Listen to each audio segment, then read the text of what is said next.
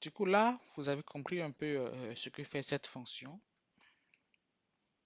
Maintenant que vous l'avez compris, nous allons maintenant déclarer, puisque nous ne voulons pas récupérer pour les 3 derniers mois, nous voulons récupérer juste pour les 7 derniers jours. Du coup, ça nous fera 24 points, puisque c'est horaire. En une journée, ça fait 24 fois 7 jours. On va récupérer en fait 168 points. Du coup, c'est pas beaucoup en fait.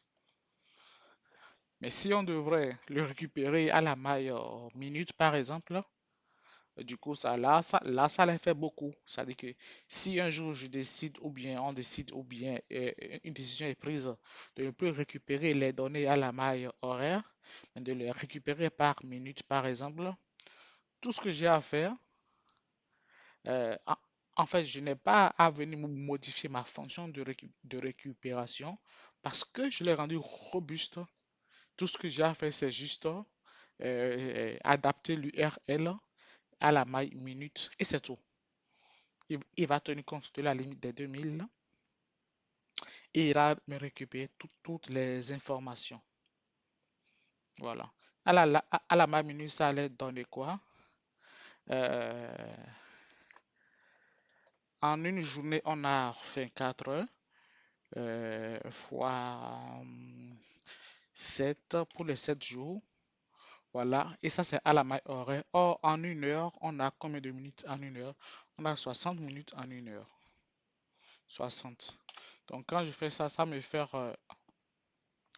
10 080. Vous voyez là qu'on est largement au-delà des 2000 là. Et donc, si je devais le récupérer un jour mes infos à la maille minute, je n'ai qu'à adapter l'URL et je lance la même fonction.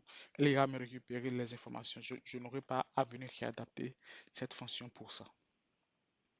Donc là, on revient sur notre et- projet. On est à la maille horaire. OK. J'ai détecté pourquoi j'avais 2158 au lieu de 2160. C'est parce qu'il y a un trou en fait, je sais pas trop, dans l'API de CryptoCompa.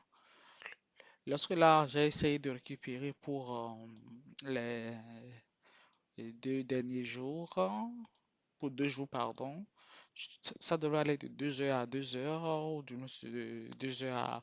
Je dois avoir ici, après 0 heure, je dois aussi avoir 1 heure, mais je ne l'ai pas alors que j'ai bien précisé les 2 derniers jours. Donc, pour pallier à ça, nous allons modifier notre code pour pallier à ça. Dans mon date end ici, avant de l'initialiser, je vais faire date end dans ma fonction, bien sûr, qui est égal à date end plus delta time heure. Je vais lui ajouter, disons, 2 ou 3 heures. Allez, je lui mets 2 heures. C'est suffisant, je crois. Je lui complète 2 points pour qu'il fasse le pas en avant et on pourra avoir ce qu'on veut. On a modifié notre fonction en disant que ici, même si ici on a ceci comme end time, on va quand même conserver la end time de base égale à end time d'abord avant de modifier. Du coup, ça fera que lorsqu'on fait notre filtre ici, on mettra ici la end time de base. Voilà. Donc quand je fais ça désormais et que j'exécute jusqu'ici, j'ai bien 48 lignes désormais. Et quand je vais le print, je vois bien que ça s'est arrêté à 1 heure. Il n'a pas pris le 2 heures là, puisque j'ai dit strictement inférieur au un time de base ici. Parfait. Donc notre fonction, elle est prête. Du coup, je peux remettre ici 7 jours. Voilà. Et quand j'exécute, j'aurai mes 168 lignes qui correspondent à 24 fois 7. Ok, donc ça c'est fait. Ok, donc maintenant que ça c'est fait, Nous allons passer à la partie load dans la vidéo suivante.